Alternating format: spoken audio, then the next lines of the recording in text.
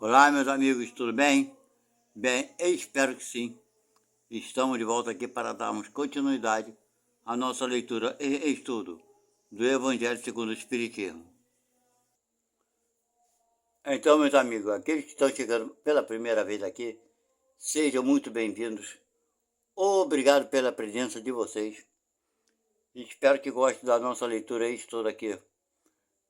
Eu considero um estudo porque eu dou as minhas opiniões sobre as informações que os irmãos nos trouxeram, ok? Nosso trabalho e estudo aqui se faz por aproximadamente 30 minutos, um pouco mais ou um pouco menos.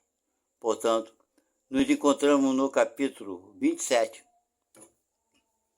e na terceira parte desse capítulo, ok? Não sei se nós vamos terminar a leitura desse capítulo hoje ainda, que nosso trabalho aqui é feito por 30 minutos. Acredito que não. Esse capítulo é longo. Então, gente, sejam muito bem-vindos vocês que estão chegando aqui pela primeira vez. Obrigado. E vamos lá. E ele fala assim nessa parte: admitamos que o homem nada pudesse sobre os outros males, que toda prece seja supérflua para dele se preservar. Já não seria muito estar livre de todos aqueles que provém de si mesmo? Tá vendo? Então, esse capítulo aqui está falando sobre a prece, tá, gente? Se vocês quiserem acompanhar, tem as postagens anteriores. Então, o que ele está falando aqui? A prece já nos aliviando dos nossos próprios males, já não é uma grande coisa? É isso que ele quis dizer aqui. Ele continua aqui. Ora, aqui a ação da prece se concebe facilmente, porque ela tem por efeito evocar a inspiração salutar dos bons espíritos, de pedir-lhes a força para resistir aos maus pensamentos, cuja execução pode nos ser funesta, né? Nesse caso, não é o mal que afastam, mas a nós mesmos do pensamento que pode causar o mal. Tá vendo?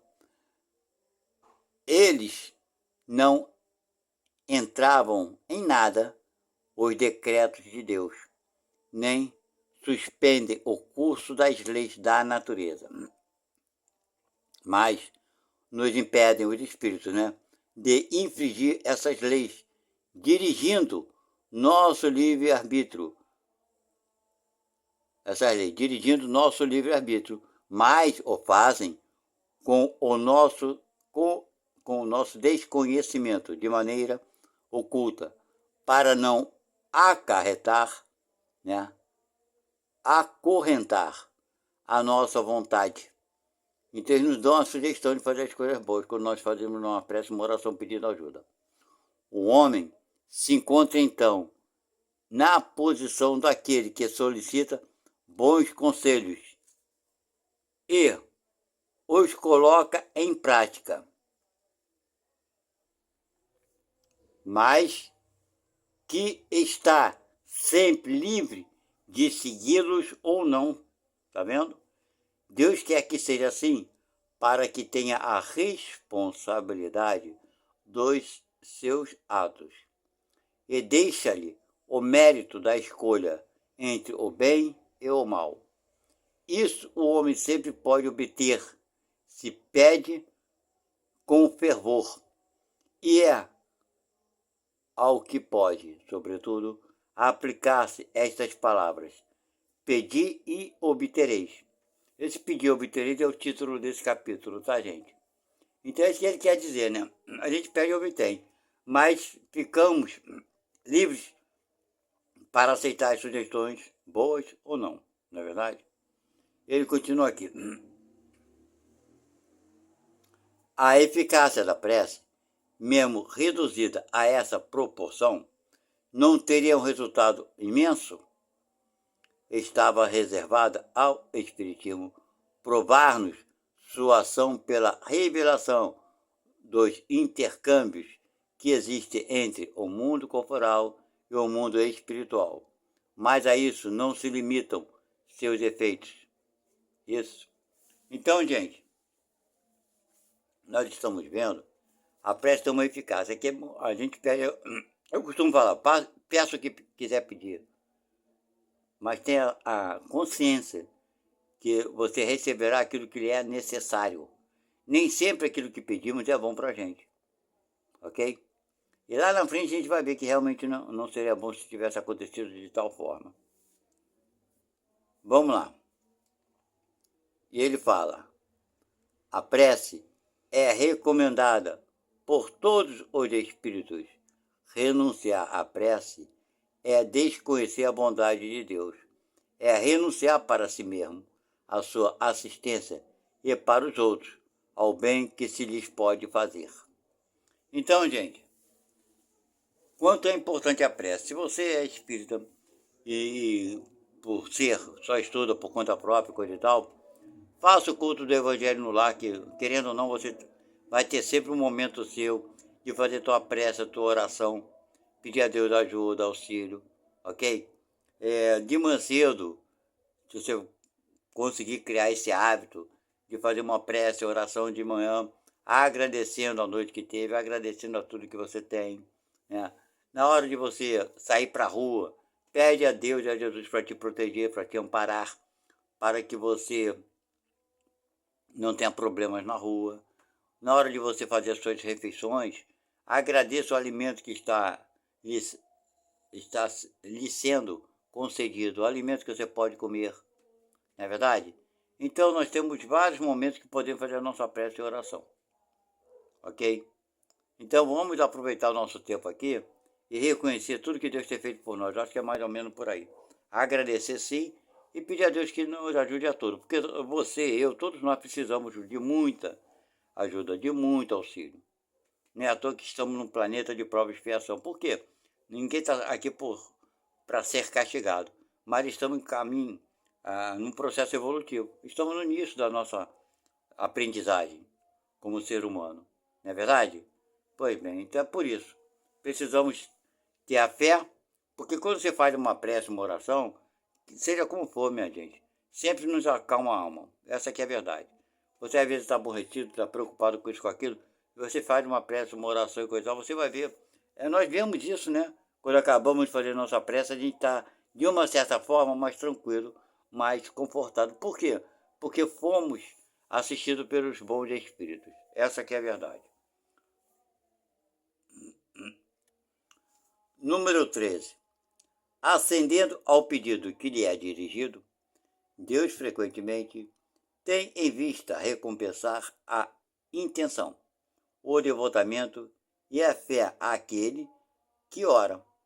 Eis porque a prece do homem de bem é a mais meritória aos olhos de Deus e sempre mais eficaz, porque o homem vicioso, o mal, não pode orar com o fervor e a confiança que só é dada pelo sentimento da verdadeira piedade. Do coração do egoísta, daquele que ora nos lábios, não podem sair senão palavras, mas não os impulsos da caridade que dão à prece todo o seu poder. Isso é tão compreensível que, por um movimento instintivo, a pessoa se recomenda, de preferência, as preces daqueles nos quais se percebe que a conduta deve ser agradável a Deus. Porque são mais ouvidos. Então, minha gente, agora interessante quando ele fala, são mais ouvidos, né? Aquele que tem um bom sentimento, um bom coração. Se são mais ouvidos, ele quer dizer o seguinte, que até aqueles que fala da boca para fora, eles são assim, tipo assistidos, mas não com tanta eficiência, porque eles não estão fazendo por merecer. Não é verdade? Essa que é a verdadeira, né? Verdadeira verdade, vamos falar assim. Número 14. Se a prece exerce uma espécie de ação magnética, poder-se-ia crer que seu efeito está subordinado à força fluídica, mas não é assim. Uma vez que os espíritos exercem essa ação sobre os homens, eles suprem, quando isso seja necessário, a insuficiência daquele que ora, seja agindo diretamente em seu nome, seja dando-lhe momentaneamente uma força excepcional, quando é julgado digno desse fervor ou que a coisa possa ser útil, né? Se for útil. Vou dar um exemplo que ele quer dizer assim. Vamos supor que uma pessoa toda errada, faz uma porção de coisa errada, aí se arrepende. Ele não tem como emitir uma boa onda magnética, uma boa energia. Tem? Ele não tem. Aí ele se arrepende de fato, de coração, e está arrependido, ele quer se melhorar, ele quer pedir ajuda a Deus e tudo mais. Mas pelo campo vibratório dele, a prece dele não vai muito longe. Mas quando os espíritos veem que ele está realmente de boa intenção, aquela intenção pura de querer se melhorar, está arrependido de fato, aí vem os espíritos e conseguem auxiliá-lo. Deu para entender? Para que essa energia vá mais alta e ele consiga ser mais assistido, mais ajudado. Então os espíritos intervêm em favor dele. Ok? E ele continua aqui. O homem que não se crê bastante bom para exercer uma influência salutar, não deve se abster de orar por outro. Tá vendo? Porque as pessoas acham que não é muito bom. Então, minha gente, não deve se abster de orar para os outros, pelo pensamento de que não é digno de ser ouvido. Né? Porque às vezes a pessoa faz tanta coisa errada e acha que não é digno de ser ouvido. Na verdade, é como aquele. Aqui nós falamos no início, não sei se foi na postagem anterior ou na outra, mais anterior ainda, antepenúltima. Deixa eu falar. Quando aquele cara que for orar, né, um fariseu, ora de um jeito e o cobrador de impostos, o publicano, fala assim: Deus, eu sei que eu sou todo errado, tem de piedade de mim. Então, ele só falou isso, admitindo que ele era imperfeito e pedindo piedade. Então, não é porque a pessoa, às vezes, comete seus erros que não deve orar, acho que até pelo contrário, né? Nós estamos estudando o Espiritismo, a gente está suscetível a cometer erros sim, então vamos pedir a Deus, fazer nossa oração, pedir a Deus para que a gente não erre mais, é muito bom isso. Ele continua aqui. A consciência da sua inferioridade é uma prova de humildade, tá vendo? Sempre agradável a Deus. Tá entendendo? Que o cara que é prepotente é difícil. Aquele fariseu orava assim, Deus me ajude porque eu jejuo. Eu dou meu dízimo aqui na igreja e não sou como esses publicando aí, pessoa de má vida. Olha só, o cara se achando o rei da cocada preta ou branca, sei lá o quê. Se achando o máximo. E diminuindo o seu semelhante ali do lado. Isso é uma prece boa? Claro que não vai ser atendido de forma nenhuma, né? Então, aqui você tem a consciência da tua inferioridade, né? Se você sabe que cometeu erro naquele momento, você sabe que foi infeliz naquele momento. Essa é uma prece agradável a Deus, é o reconhecimento que você, sabe, você está se reconhecendo. E que ele continua assim, que leva em conta a intenção caridosa que o anima. Seu fervor e sua confiança em Deus são um primeiro passo para o retorno ao bem, tá vendo? No qual os espíritos são felizes por encorajá-lo. A prece que é recusada é a do orgulhoso, tá vendo? Aquilo que eu falei do fariseu, né, que conta aqui na frente, que tem fé em seu poder e em seus méritos, aquele que se acha o máximo, e queria poder se substituir à vontade do Eterno. Ele acha que é o máximo e coisa e tal, então Deus vai ter que fazer para mim porque eu sou muito bonzinho. Esse daí, essa prece não tem como ser atendida, né? Tá mais do que na cara. E ele continua, vamos lá.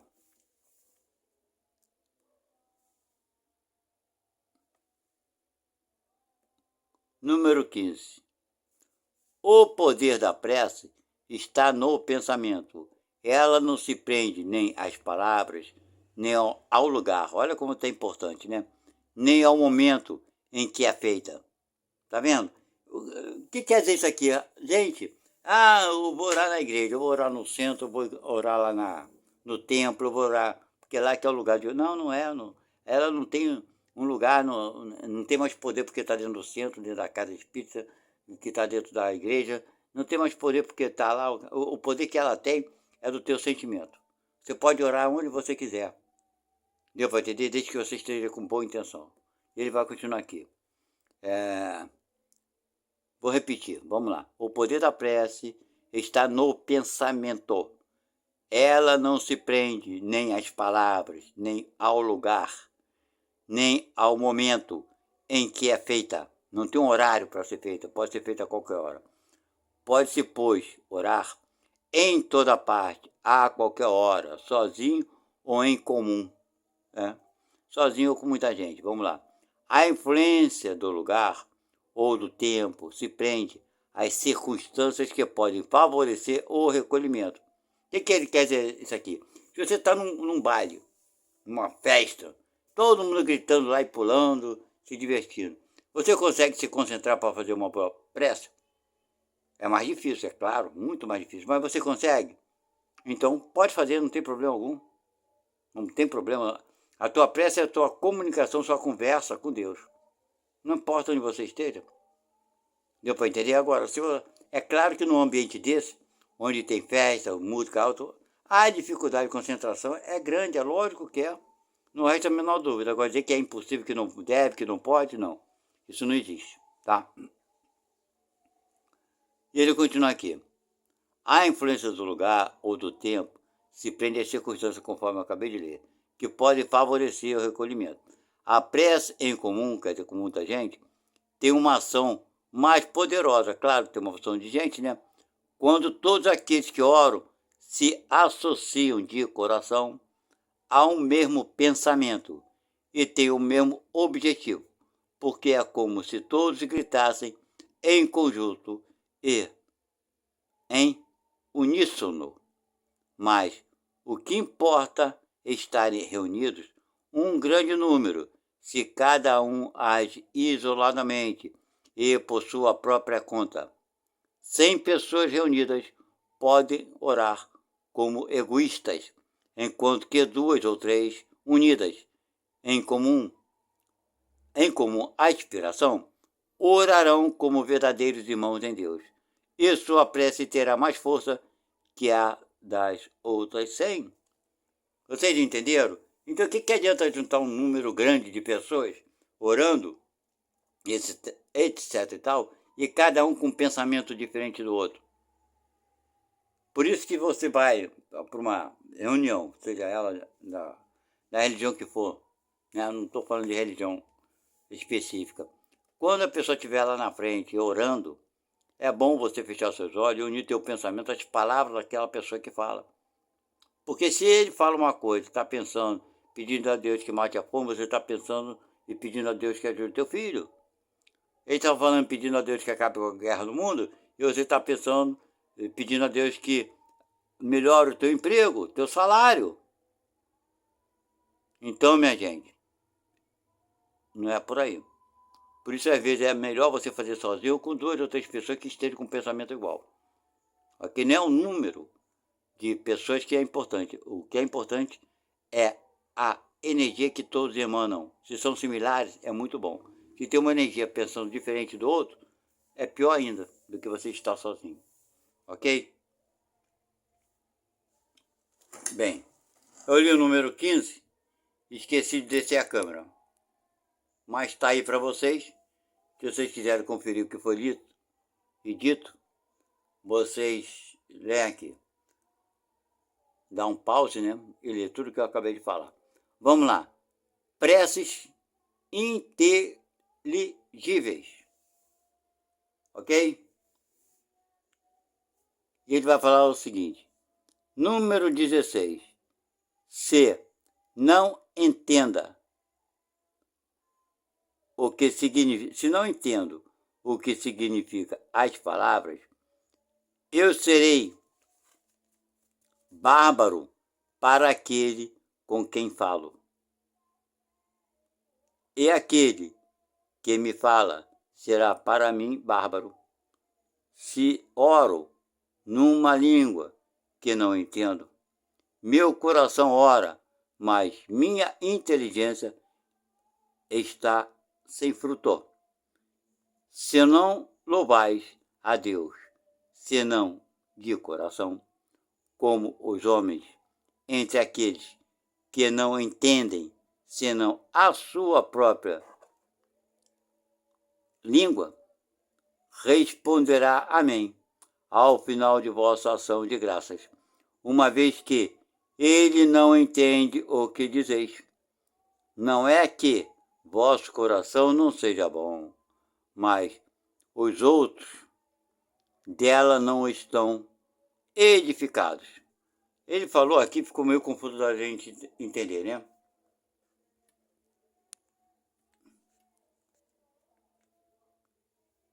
Ele falou isso aqui tudo, ficou ruim de entender. Eu vou explicar uma coisa para vocês. Na Igreja Católica, quando o padre fala lá, dá o sermão, quando ele faz as suas preces, ele fala algumas palavras em latim. Quer dizer, você não entende nada de latim, está te adiantando alguma coisa quando ele faz uma oração em latim? Nada, porque você não sabe o que ele está falando, não sabe o significado das palavras. Eu conheci um rapaz que ele estava frequentando uma religião que é, rapaz, agora foi, muçulmana, né? E ele decorou uma porção de palavras que ele não sabe sequer o significado. Então, na hora do almoço, ele se recolhia, né? Que faz isso meio-dia, né? Uma coisa assim. Todo dia, na hora do almoço, ele ia lá, se trancava no cômodo da loja, lá que eu trabalhava, numa parte da loja, e ficava repetindo aquelas orações, aquelas palavras que ele sequer sabia o significado. Ele tinha decorado aquilo tudo, mas ele não sabia o significado de nada. Que valor tem uma oração dessa, quando você não sabe o significado das palavras? Tem muita gente que faz isso, sabia? Ou é em latim, ou é em aramaico, ou é em hebraico, não sei. Muçulmano é aquela língua que eu nem sei que língua era aquela, nunca perguntei a ele.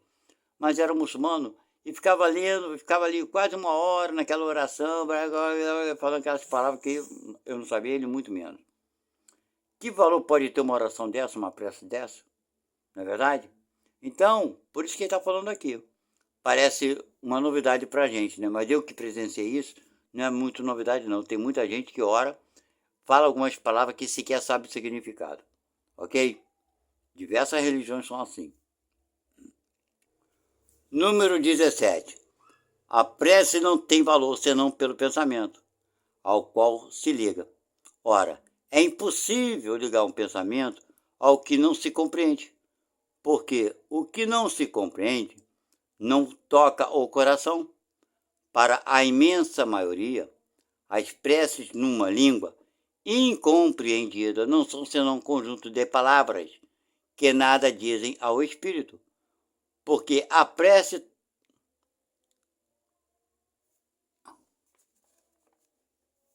para que a prece, por que não? Para que a prece toque, é preciso que cada palavra, né, revele uma ideia. E se não é compreendida, não pode revelar nenhuma ideia. Respeitem-na como uma simples fórmula que tem, mais ou menos virtude, segundo o número de vezes que é repetida, né? Então tem gente que repetem-na, né, como uma simples fórmula. A Igreja Católica faz muito isso, né? Ela pega aquele texto e ora uma vez, 2 vezes, 3 vezes, 4 vezes, a mesma oração, como se isso fosse resolver, como se isso fosse ser bom. E é besteira, é perca de tempo. Segundo o número de vezes que é repetida. Muitos oram por dever, alguns mesmo por hábito.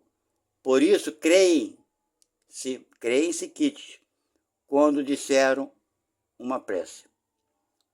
Um número determinado de vezes, nesta ou naquela ordem.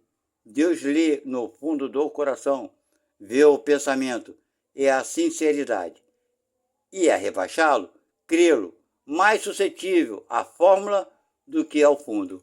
Né?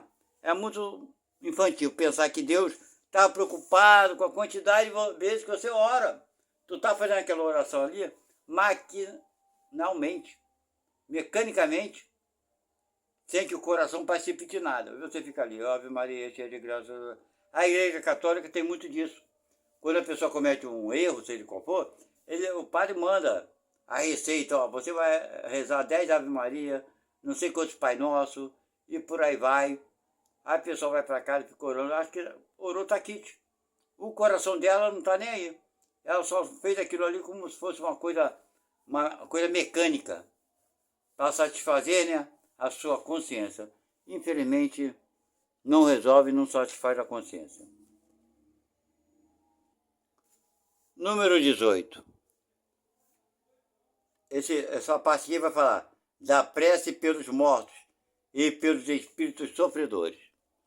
Número 18. A prece é reclamada pelos espíritos sofredores. Quer dizer, eles pedem, né? Os espíritos sofredores pedem prece para eles, claro. Ela lhes é útil, porque vendo que pensam neles, sentem-se menos abandonados, menos infelizes. Mas a prece tem sobre eles uma ação mais direta. Reergue-lhes a coragem, excita-lhes o desejo de se elevarem pelo arrependimento e pela separação e pela reparação, e pode desviá-los do pensamento do mal. É nesse sentido que ela não só pode aliviar, mas abreviar seus sofrimentos. Está isso lá no livro Céu e Inferno. Então, gente, orar por aqueles que estão sofrendo, nossos irmãos desencarnados, ou mesmo os encarnados. Você está praticando a caridade para com eles, que se sentem o quê? Fortalecidos. É uma inspiração para eles não praticar o mal, para lutar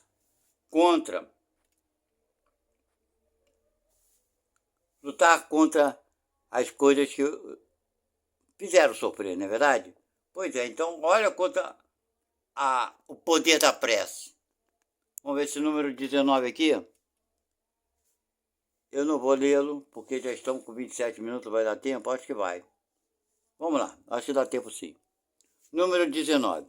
Certas pessoas não admitem a prece pelos mortos, porque na sua crença não há para a alma senão duas alternativas: ser salva ou condenada às penas eternas. E num e no outro caso, a prece é inútil, sem discutir o valor dessa crença. Não estamos discutindo o valor da crença. Admitamos por um instante a realidade das penas eternas e irremissíveis, e que as nossas preces sejam impotentes para lhes pôr o termo. Quer dizer, vamos supor que a nossa prece não pode terminar com o sofrimento deles. Ele continua. Perguntamos se, nessa hipótese, é lógico, caridoso e cristão rejeitar a prece pelos condenados. Né?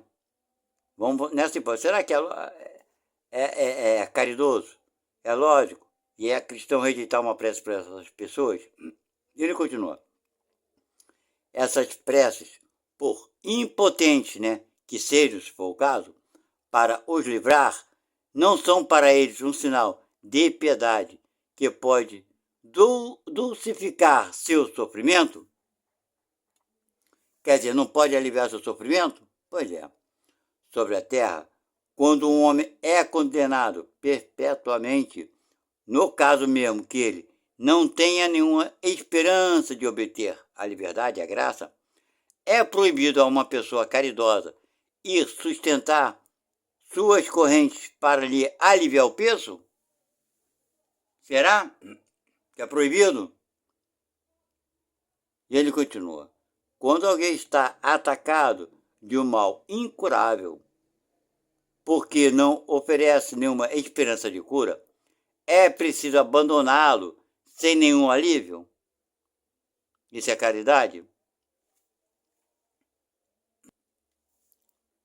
Imaginai que entre os condenados pode-se encontrar uma pessoa que vos foi cara. Aí a coisa muda, né? Se é um filho teu, um parente teu, né? Uma pessoa que você ama, aí o negócio muda. Um amigo, talvez um pai, uma mãe ou um filho. E por que, segundo vós, não poderá esperar sua graça? recusáveis com um copo de água para estancar-lhe a sede? Não é verdade? Um bálsamo para secar-lhe as feridas? Não farias por ele o que farias por um prisioneiro? Quer dizer, quando é nosso parente, as coisas mudam, né? Pois é. É, verdade. Não lhe darias um testemunho de amor? Uma consolação? Não, isso não seria cristão. Uma crença que resseca o coração não pode se aliar com a de um Deus que coloca em primeiro lugar, entre os deveres do homem, o amor ao próximo. Não pode ser compatível com Deus, né? Não pode ser cristão, claro que não. Porque Deus coloca em primeiro lugar o quê? O nosso amor para com o próximo. Agora, se esse bandido, se essa pessoa, né, vamos dizer que nós julgamos que não mereça, mas se for parente nosso, a coisa muda, né? Então nós somos o quê?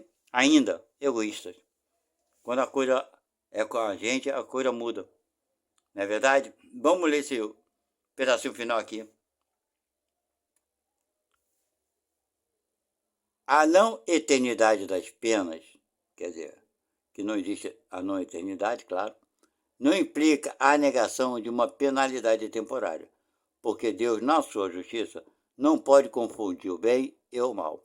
Ora, negar nesse caso a eficácia da prece seria negar a eficácia da consolação, do encorajamento e dos bons conselhos. Seria negar a força que se aure na assistência moral daqueles que nos querem bem. Vocês estão entendendo? Se quer dizer, Deus ia impedir que as nossas orações fossem aliviar a dor e o sofrimento de alguém? É um absurdo, né? Um Deus que foi apresentado por Jesus, olha bem, não pelas religiões. Infelizmente, as religiões nos apresentam um Deus bonzinho e depois apresentam um Deus que castiga. Mas Jesus não, nos apresentou um Deus bom, eternamente bom, e justo e amoroso. Bem, e que diz da seguinte forma: Deus não pode ser justo se não tiver amor. E não pode ter amor, né, se não tiver justiça. Então, Deus tem que conciliar as duas coisas, amor e justiça. Se tiver só justiça, não tem amor. Se tiver só amor, não tem justiça. Ok? Então, Deus é para com cada um de nós, amor e justiça. Nós, homens, ainda somos justiça quando as pessoas não são nossos amigos nem parentes. E quando são parentes e amigos, nós somos amor. Não é mais ou menos isso? Pois é. Então nós somos o quê? Egoístas e parciais. Vamos deixarmos de sermos assim? Vamos ver o próximo como ele é, nosso irmão. Porque se aquele bandido assassino não é teu parente, você vai com certeza julgá-lo, condená-lo, vai desejar que ele seja castigado, ser espancado, pereré, parará. Mas se for teu filho, aí não, aí a coisa muda. Aí você vai arrumar 1000 desculpas para que não espanque ele, para que não maltratem ele, e etc e tal. Não, porque é teu filho. Então você veja como somos egoístas. Então vamos ver aquele outro que a gente nem conhece, esse bandido assassino, vamos vê-lo como ele sendo o nosso irmão, o nosso filho. Para a gente compreender o que Jesus quis nos dizer. Do contrário, se a gente não colocar as coisas e não nos colocarmos no lugar dos outros, aí fica mais difícil a nossa caminhada. Ok? Então esse é o nosso estudo de hoje. Que Deus nos abençoe a todos. E tudo que eu tinha que falar, eu sempre falo aqui. Não esqueça de dar o like, de se inscrever no canal e fazer o comentário que vocês quiserem fazer. Pelo andar da carruagem, na próxima segunda-feira vamos fazer a leitura de novo do Evangelho. E não sei, mas provavelmente iremos terminar. Porque hoje nós paramos aqui no número 20 e nós lemos uma folha e uma página. Praticamente uma folha, né? Uma folha e uma página. Então, na próxima postagem, vamos ler essa página, essa folha aqui toda. Porque estamos aqui no finalzinho, praticamente vamos ler essa página aqui e essa folha aqui toda. Então, terminarmos o nosso leitura e estudo do Evangelho segundo o Espiritismo. Que a partir então nós vamos fazer a leitura e estudo do livro dos Médiuns. Ok? Fiquem na paz de Deus. Até a próxima.